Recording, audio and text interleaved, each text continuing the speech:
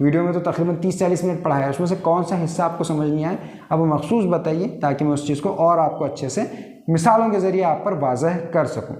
तो अब अगले लेक्चर के लिए अल्लाह हाफ़िज़। अगले लेक्चर तक के लिए, अगले लेक्चर में हम पढ़ेंगे बरक़ी रौ का हरारती असर। जैसे हमने देखा ना, बरक़ी तवानाई क्या में मुंतकिल होती है, हरारती तवानाई में, तो उस क्या असर होता है, हरारती असर क्या होता है असल, उसको और तफसीली हम अगले टॉपिक में पढ़ेंगे कल के लेक्चर।